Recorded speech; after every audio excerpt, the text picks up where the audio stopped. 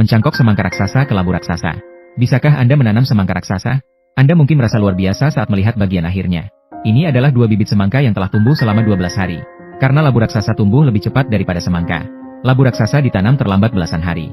Tanam 2 benih di samping setiap bibit semangka untuk memastikan tingkat perkecambahan. Hari ke-18. Bibit labu raksasa dan bibit semangka besar dibiarkan di dalam pot. Mulai pekerjaan pencangkokan. Pencangkokan merupakan pekerjaan teknis. Apalagi bibit seperti ini pencangkokan sangat sulit. Oleh karena itu, tingkat kelangsungan hidup cangkok lebih tinggi dengan cara mencangkok.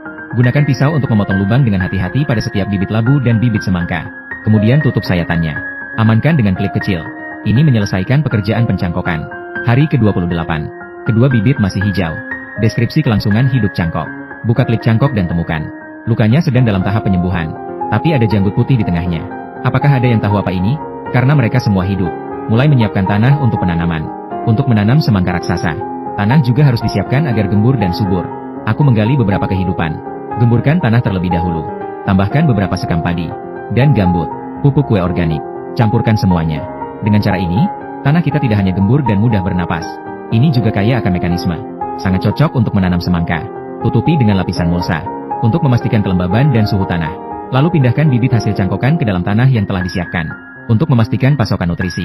Lahan yang luas ini hanya menumbuhkan satu semangka ini. Mencegah tanaman lain mengambil nutrisi dari tanah. Siram secara menyeluruh setelah tanam.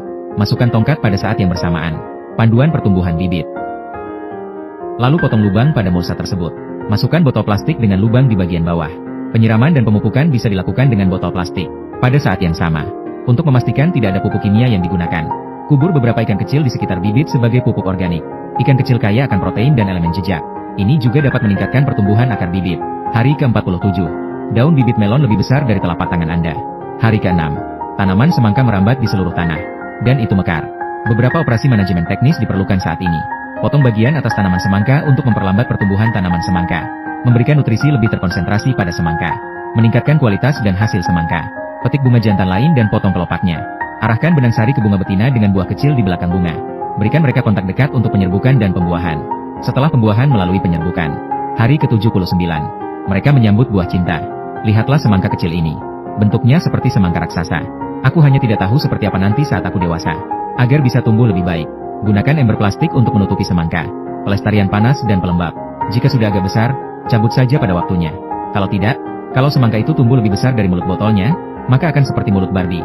Keluarkan dan taruh di atas jerami kering. Menunggu performa semangka ini. 20 hari lagi telah berlalu. Semangka sudah tumbuh lebih besar. Lebih besar dari telapak tangan Anda. Hari ke-125. Ketuk semangka itu. Terlihat dewasa. Ukuran ini terlihat sangat bagus. Aku tidak tahu berapa ponnya. Potong dulu tanaman merambatnya. Temukan timbangan untuk menimbangnya. Ketika semangka ditaruh di timbangan, saya takut timbangan itu akan runtuh. 10 kg penuh. Saya penasaran apakah menurut Anda semangka ini besar? Terakhir, potong semangka. Lihatlah bagaimana daging semangka terlihat dan terasa rasanya. Buka semangka. Aku tidak menyangka kulit melonnya begitu tebal. Tidak sabar untuk memotongnya dan mencobanya. Taburkan sedikit garam cabai sebelum mencicipi untuk memperkaya rasa. Rasanya masih sangat enak setelah digigit. Apa pendapat Anda tentang semangka yang ditanam dengan cara ini? Selamat datang untuk menyukai dan berkomentar.